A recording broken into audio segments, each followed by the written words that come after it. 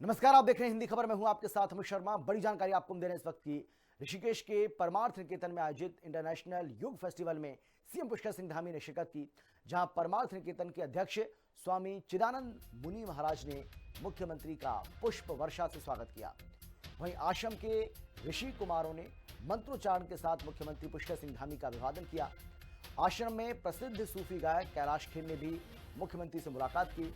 मुख्यमंत्री पुष्कर सिंह धामी ने इंटरनेशनल योग फेस्टिवल की जमकर सराहना करते हुए कहा कि देश विदेश से आए लोगों का देवभूमि में स्वागत है।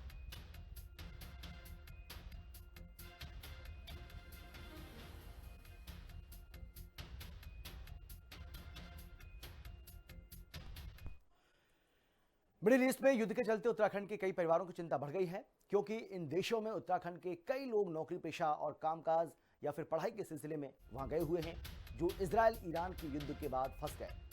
ये मुद्दा आज बजट सत्र के 5वें दिन सदन में उठा, जिसका जवाब कौशल विकास मंत्री सौरभ बहुगुणा ने दिया। मंत्री सौरभ बहुगुणा ने कहा कि प्रदेश के सभी लोग पूरी तरह से सुरक्षित हैं और उनसे लगातार बातचीत की जा रही है।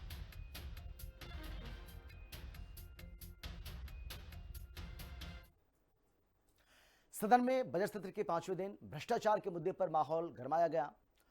धारचूला से कांग्रेस के विधायक हरीश धामी ने उनके क्षेत्र में भ्रष्टाचार का मुद्दा उठाया।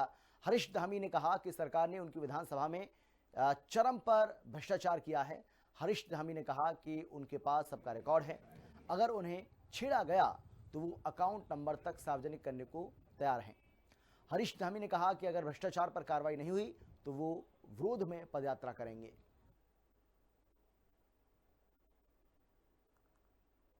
मुख्यमंत्री जी के जो है मंच से मैंने कहा था, उन्होंने एक आदेश करी थी जांच कमेटी की, आज तक वो जांच नहीं हो पाई। आज मार्कशीट जो है जाने को तैयार है। तो मेरा सीधा सीधा कहना है। दूसरा, फॉरेस्ट में 20 लाख में 20 किलोमीटर जो बटिया बनना था, उसका मेरे पास एमबी की कॉपी आज भी पड़ी है। 700 मीटर में जो है 8 लाख रुपए का भुगतान हो गया, उसमें 200 मीटर विधायक निधि का काम भी नाप दिया, मेरा करा हुआ काम।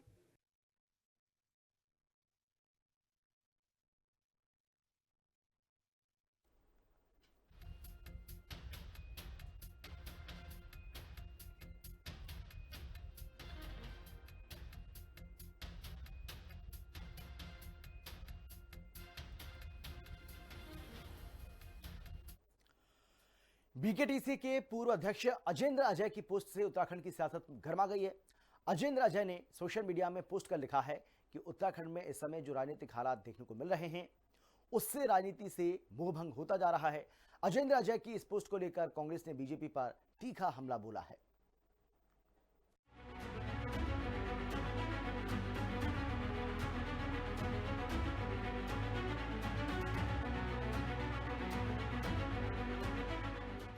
देवभूमि के मौजूदा हाल से राजनीति से मोहभंग। पूर्व बीकेटीसी अध्यक्ष की पोस्ट, बीजेपी कांग्रेस में जंग। अजेंद्र अजय की पोस्ट से सत्ताधारी बीजेपी घिरी। बीजेपी राज का सच सामने आया, कांग्रेस बोली। बीकेटीसी के पूर्व अध्यक्ष अजेंद्र अजय की पोस्ट से उत्तराखंड की सियासत गर्मा गई है। अजेंद्र अजय ने सोशल मीडिया में पोस्ट कर लिखा है कि उत्तराखंड में वर्तमान में जिस प्रकार का राजनीतिक परिदृश्य देखने को मिल रहा है, उससे राजनीति के प्रति मोहभंग सा होता जा रहा है। अजेंद्र अजय ने आगे लिखा है कि पीएम मोदी ने कहा था कि तीसरा दशक उत्तराखंड का होगा, लेकिन तीसरा दशक ऐसा होगा, इसकी हम जैसे कार्यकर्ताओं और देवभूमि की जनता ने कभी कल्पना भी नहीं की थी।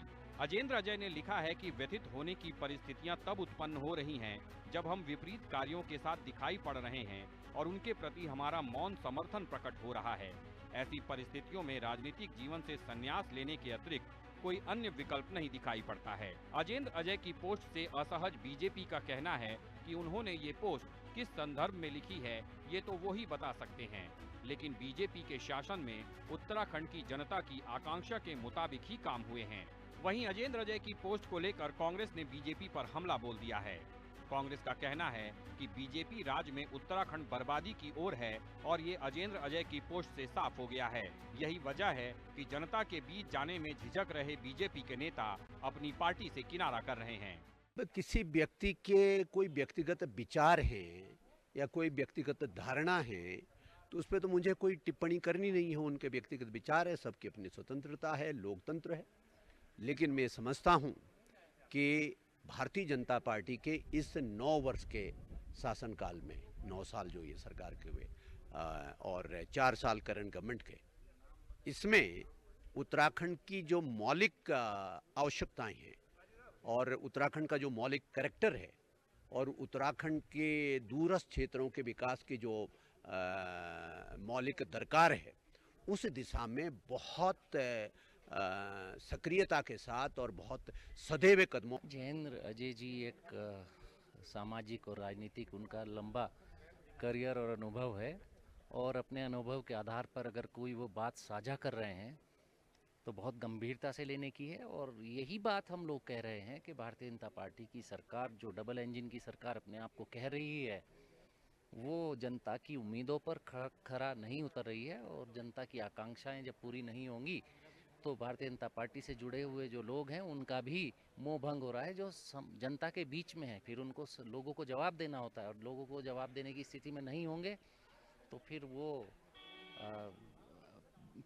पीछे हटने के अलावा और उनके पास कोई दूसरा विकल्प। अजेंद्र अजय ने इससे पहले दिसंबर 2025 में सोशल मीडिया में पोस्ट कर अंकिता भंडारी हत्या मामले में सीबीआई जांच और आरोपों से घिरे बीजेपी नेताओं के इस्तीफे की मांग उठाकर सियासी हलचल मचा दी थी।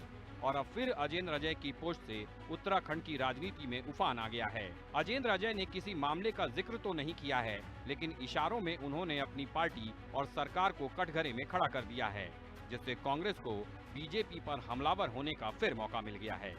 देहरादून से संवाददाता दीपिका भंडारी और गैरसैंण से शुभांगी भट्ट के साथ ब्यूरो रिपोर्ट, हिंदी खबर। दिल्ली के लुटियंस जोन में स्थित ऐतिहासिक टिहरी हाउस को बचाने के लिए टिहरी विधायक किशोर उपाध्याय ने मुख्यमंत्री धामी से बड़ी मांग की है।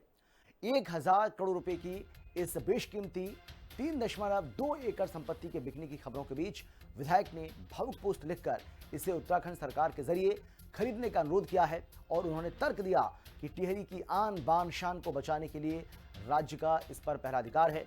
कई अन्य विधायकों ने भी इस ऐतिहासिक विरासत को संरक्षित करने की मुहिम का समर्थन किया है।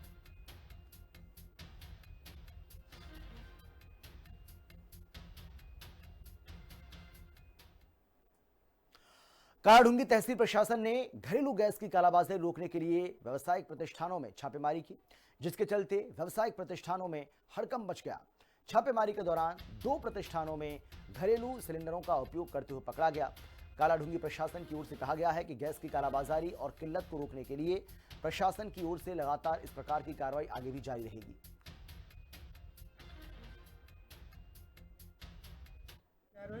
जिला अधिकारी महोदय के निर्देशानुसार वर्तमान में घरेलू गैस सिलेंडरों की कालाबाजारी एवं व्यावसायिक प्रतिष्ठानों में प्रयोग को रोकने के तो आज खाद्य आपूर्ति विभाग के साथ संयुक्त निरीक्षण किया गया।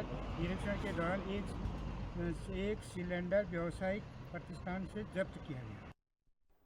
आज हमने निरीक्षण के दौरान एक व्यावसायिक प्रतिष्ठान से सिलेंडर जब्त किया गया और सभी लोगों से अपील भी की गई कि घरेलू सिलेंडरों की कालाबाजारी ना करें और कालाबाजारी करते हुए पाए। चंपावत जिले में रसोई गैस को लेकर मारामारी जारी है, जहां जिले के टनकपुर और बनबसा में डीएम चंपावत के निर्देश पर तहसीलदार की निगरानी में रसोई गैस का वितरण किया गया। वहीं लोहा घाट में रसोई गैस को लेकर मारामारी जारी है और सुबह से ही इंडियन गैस एजेंसी पर गैस लेने वाले लोगों की भारी भीड़ रही। गैस एजेंसी प्रबंधक ने यह बताया कि रसोई गैस की कोई कमी नहीं है। पहले ऑनलाइन बुकिंग वालों को रसोई गैस उपलब्ध कराई जा रही है और उसके बाद बिना बुकिंग वालों को भी रसोई गैस दी जा रही है।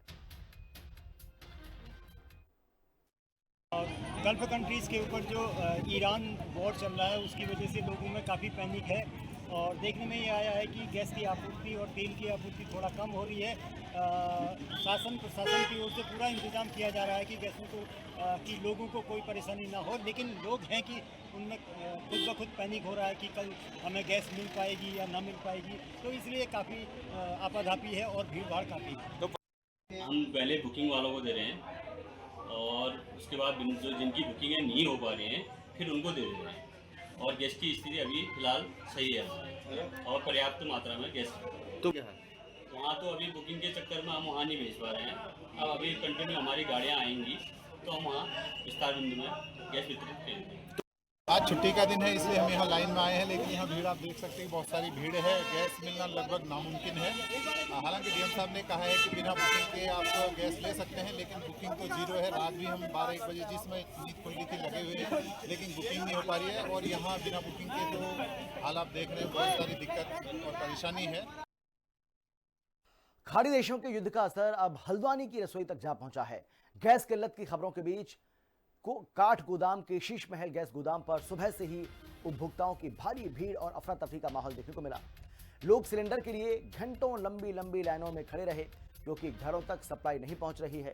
मौके पर पहुंचे एसडीएम प्रमोद कुमार ने आपूर्ति का निरीक्षण किया और दावा किया कि जिले में गैस पर्याप्त है। उन्होंने चेतावनी दी कि भीड़ का फायदा उठाकर कालाबाजारी करने वालों को बख्शा नहीं जाएगा।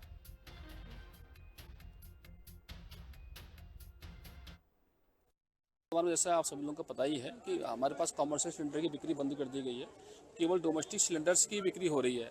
इससे कारण लोगों में थोड़ा सेंसर की स्थिति उत्पन्न हो गई है और पब्लिक के बीच में मैसेज जा रहा है शायद गैस की कम किल्लत हो रही है, जबकि ऐसा नहीं है। गैस हमारे पास जो घरेलू गैस है वो पर्याप्त मात्रा में है। अब चूँकि इधर कुछ दिनों से देखा जा रहा है, जब से इस प्रकार की बातें शुरू हुई है, लोग एक संशय की भावना से, घबराहट के मामले में से अपने गैस को जल्दी बढ़ाना चाह रहे हैं। लाइन में लगे हुए थे हम लोग, और जब हम लोग लाइन में लगे, जैसे हमारी बारी आई वैसे गैस ख़त्म हो गए। तो अभी वेट कर रहे हैं, अभी गाड़ी आने वाली है बोल रहे हैं, तो देखते हैं। बिल्कुल नहीं है, 2 दिन से खाना नहीं बना है। 2 दिन से होटल से खाना ला रहा हूँ। बड़ी मुश्किल से तो आज बुक हुई है। तो सुबह फ़ोन किया तो कहा कि गाड़ी आएगी, लेकिन फिर बाद को फ़ोन किया तो कहा एजेंसी पे जाओ। यहाँ लाइन की ये देख ही रहे हैं आप, कितनी लाइन लगी है। नौकरी ड्यूटी छोड़ के आया हुआ हूँ और समस्या तो बनी हुई है, गैस की बहुत ही किल्लत है। हरिद्वार में रसोई गैस की किल्लत ने अब रसोई का बजट और तरीका दोनों ही बदल दिया है। सिलेंडरों की भारी कमी के चलते लोग अब इंडक्शन चूल्हों का रुख कर रहे हैं। आलम यह है कि शहर की इलेक्ट्रिकल्स दुकानों पर ग्राहकों की भारी भीड़ उमड़ रही है और पिछले 4 दिनों में इंडक्शन की डिमांड रिकॉर्ड स्तर पर पहुंच गई है। कई बड़ी कंपनियों का स्टॉक खत्म हो चुका है। गैस की इस किल्लत के बीच जहां आम जनता परेशान है, वहीं इंडक्शन बेच रहे कारोबारियों की चांदी हो रही है।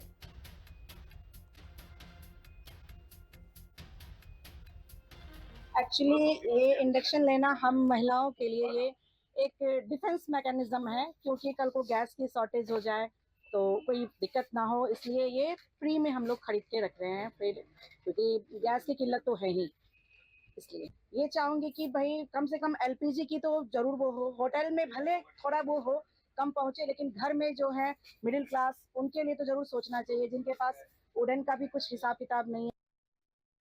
गैस की किल्लत की वजह से इंडक्शन की काफ़ी डिमांड बढ़ गई है और काफ़ी इंडक्शन बिक रहे हैं इस समय, और गरीब जनता बहुत परेशान है, तो इंडक्शन काफ़ी खरीद रही है और इंडक्शन की काफ़ी सेल बढ़ गई है। पिछले 4 दिनों में बहुत इंडक्शन बिक रहा है। कंपनियों पे माल नहीं है इस समय, बहुत शॉर्टेज है माल की, और यही कहेंगे हम तो कि भाई गैस की सप्लाई सही हो तो सब ठीक रहेगा। दिनेशपुर में भारत गैस उपभोक्ताओं की परेशानी को हिंदी खबर पर प्रमुखता से दिखाए जाने के बाद बड़ा असर हुआ है और 3 दिनों से सिलेंडर के लिए भटक रहे लोगों के हंगामे और हिंदी खबर की खबर का संज्ञान लेते हुए प्रशासन हरकत में आया। एसडीएम ऋचा सिंह की मौजूदगी में खुद गैस सिलेंडरों का वितरण किया गया। एसडीएम ने साफ चेतावनी दी है कि गैस की कालाबाजारी किसी भी सूरत में स्वीकार नहीं होगी। उन्होंने जनता को इस बात का भरोसा दिलाया कि आपूर्ति पर्याप्त है, इसीलिए घबराने की जरूरत नहीं है। तो आप लोग अपने गोपनीय सूचना मुझे दे सकते हैं, प्रशासन पुलिस को दे सकते हैं, नाम भी गोपनीय रखा जाएगा और कार्रवाई भी होगी। क्योंकि बहुत लोग ऐसे कर रहे हैं कि 3-3, 4 सिलेंडर एक साथ दूसरों की पासबुक से ले रहे हैं, जो लोग यहाँ नहीं भी रह रहे होंगे, फिर उसको फ्लैग कर रहे हैं। तो उसमें आप लोग को ही हमें सहयोग करना पड़ेगा। लेकिन नहीं मिला है, अभी गैस एजेंसी वाले यहीं आ रहे हैं, हम उनसे उसकी पुष्टि करते हैं कि ये कैसे आ रहे हैं। और जिन भी लोगों की अभी 25 दिन हो गए हैं लेकिन ऑनलाइन बुकिंग नहीं हुई है, वो भी यहाँ पे हाथों हाथ OTP के माध्यम से उनकी बुकिंग करके हाथों हाथ सिलेंडर मिल जाएंगे। क्या क्यों नहीं मिल पाएगा? नहीं, कल हमारी एसडीएम मैम ने यहाँ पे एक पारस गैस सर्विस है, वहाँ पे छापे मार के 12 सिलेंडर जब्त किए हैं। गदरपुर में प्रोसेस शुरू हो चुका है, रोज ही छापे मार रहे हैं। कल भी एसडीएम मैम यहाँ पे आई थी भारत गैस सर्विस पे, और आज भी यही है। अभी हम इंडेन से आ रहे हैं। सिलेंडर नहीं है, आज 8 दिन से सिलेंडर लगा रहे हैं, गैस नहीं मिल रहा है। परेशान है, घर में सिलेंडर नहीं है, खाना नहीं पक रहा है, बच्चे परेशान हो रहे हैं, सब कोई। कितने दिन से लगा? 8 दिन हो गया। 8 दिन 8 दिन से हो गया। तो आज अधिकारी लोग आए, नहीं, कुछ बोल ही नहीं रहे लोग। आपको विश्वास नहीं हो रहा सिलेंडर मिला? नहीं, विश्वास नहीं हो रहा? नहीं, विश्वास नहीं हो रहा, तभी तो मैं वो परेशान हो रही हूँ। विकासनगर में रसोई गैस की किल्लत और गैस एजेंसियों पर उमड़ती ये भीड़ देखते हुए प्रशासन ने अब कड़ा रुख अपना लिया है। एसडीएम विनोद कुमार ने पूर्ति निरीक्षकों और व्यापार मंडल के साथ बैठक कर गैस आपूर्ति सुचारू करने, कालाबाजारी रोकने के सख्त निर्देश जारी किए हैं। हालांकि बैठक में होटल व्यवसायियों को कमर्शियल सिलेंडर की कमी के चलते कोयला या लकड़ी की भट्टी इस्तेमाल करने की सलाह दी गई। इस निर्देश से व्यापारियों में हड़कंप है और होटल कारोबार के साथ साथ कर्मचारियों की रोजी रोटी पर ही संकट मंडरा रहा है। उसमें व्यापार मंडल और विशेषकर जो होटल व्यवसाय से जुड़े लोग हैं उनको बुलाया गया था और हमें जो प्रशासन द्वारा कहा गया है वो ये कहा गया कि जो घरेलू सिलेंडर है वो तो हम लगाते ही नहीं, हम तो कमर्शियल सिलेंडर का इस्तेमाल करते हैं। प्रशासन का कहना है कि जो कमर्शियल सिलेंडर है वो अब आपको नहीं मिलेंगे। जो मध्य पूर्व एशिया में जो संघर्ष के चलते गैस की आपूर्ति में जो व्यवधान हुआ है उसमें आम जन को जो घरेलू उपभोक्ता हैं उनको किसी तरीके की परेशानी ना हो, उसको ध्यान में रखते हुए कल जिलाधिकारी महोदय द्वारा हर प्रत्येक सब डिवीजन लेवल पे कमेटी का गठन किया गया है, जिसमें हम सीओ साहब और पूर्ति विभाग और बाटमाप विभाग के अधिकारीगणों को रखा गया है, जिनका काम जो गैस की सप्लाई है उसको आपूर्ति है उसको बनाए रखने के साथ साथ जो वितरण हो रहा है उसको सुचारू रूप से करना और उसके साथ साथ जो काला बाजारी और अवैध रूप से स्टोरेज जिन लोगों के द्वारा किया जा रहा है उनके खिलाफ कार्रवाई भी की जानी है। टिहरी जनपद में गैस, पेट्रोल और डीजल की किल्लत की खबरों को जिलाधिकारी नितिका खंडेलवाल ने महज अफवाह करार दिया। डीएम ने स्पष्ट किया है कि जिले में ईंधन का पर्याप्त स्टॉक मौजूद है और जनता को घबराने की बिल्कुल भी जरूरत नहीं है। गैस गोदामों पर उमड़ रही भीड़ को देखते हुए अब ऑनलाइन के साथ ही ऑफलाइन बुकिंग की सुविधा भी शुरू कर दी गई है। राजस्व और पुलिस विभाग को सख्त निगरानी करने के निर्देश जारी किए गए हैं।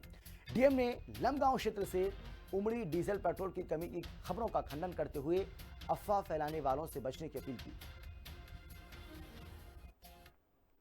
जो प्राय देखा जा रहा है कि लोग पैनिक में गोडाउन्स की तरफ आ रहे हैं, प्लीज़ वो ना आए। और कल ऑनलाइन सिस्टम के जो इंडेन का है उसमें बुकिंग्स में इश्यूज थे, बट अब उन्होंने ऑफलाइन भी शुरू कर दिया और समस्त हमारी बाकी गैस एजेंसीज भी ऑफलाइन भी बुकिंग ले रही हैं।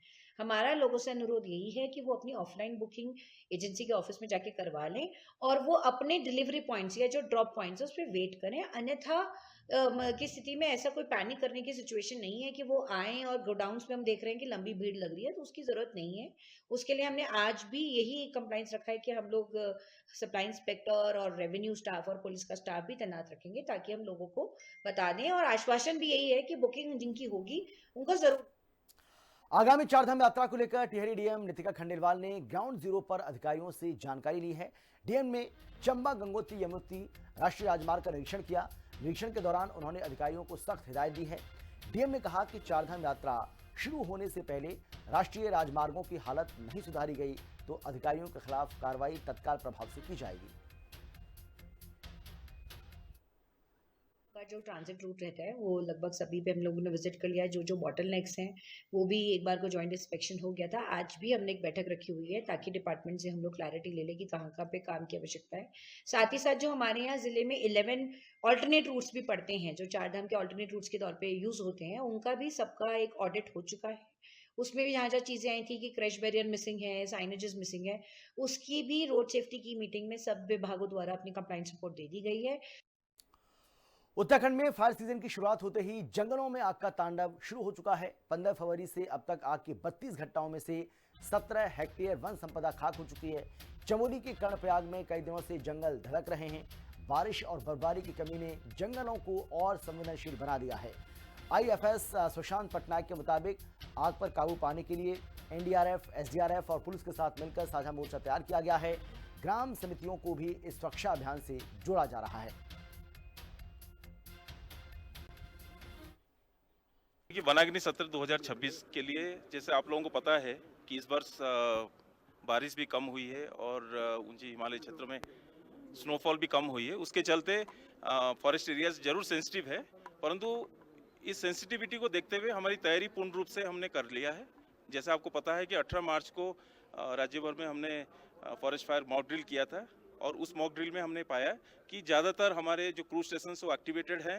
इंटर एजेंसी कोऑर्डिनेशन के अंतर्गत अन्य डिपार्टमेंट जैसे एनडीआरएफ, एसडीआरएफ, पुलिस कम्युनिकेशन, जिला प्रशासन, पुलिस ट्रैफिक, बाकी सब जो संस्थाएं हैं वो बिल्कुल एक्टिवली वन विभाग को सपोर्ट कर रहे हैं। देहरादून के सनसनीखेज अर्जुन शर्मा हत्याकांड में अब पुलिस मास्टरमाइंड्स पर गैंगस्टर एक्ट के तहत बड़ी कार्रवाई करने की तैयारी में है। अपनी ही कोख का कत्ल करने वाली मां बीना शर्मा, साजिशी डॉक्टर और अजय खन्ना, विनोद उनियाल समेत शूटर्स पर कानूनी शिकंजा और कड़ा होगा।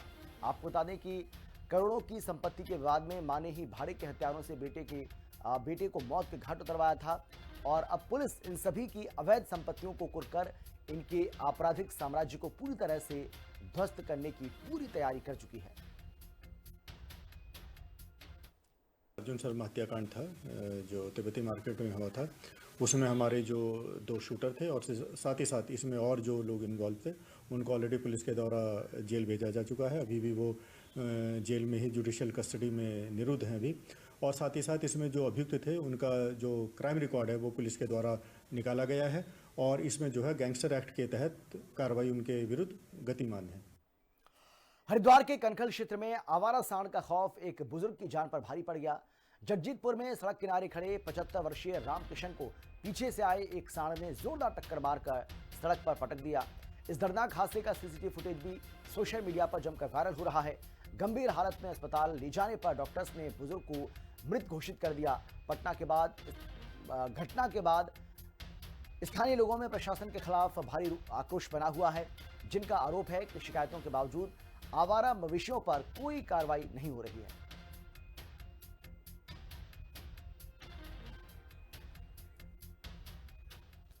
और फिलहाल इतना ही। छोटे से ब्रेक के बाद फौरन लौटना, आप देखते रहिए हिंदी खबर, क्योंकि हिंदी खबर पर खबरों का सिलसिला लगातार जारी है।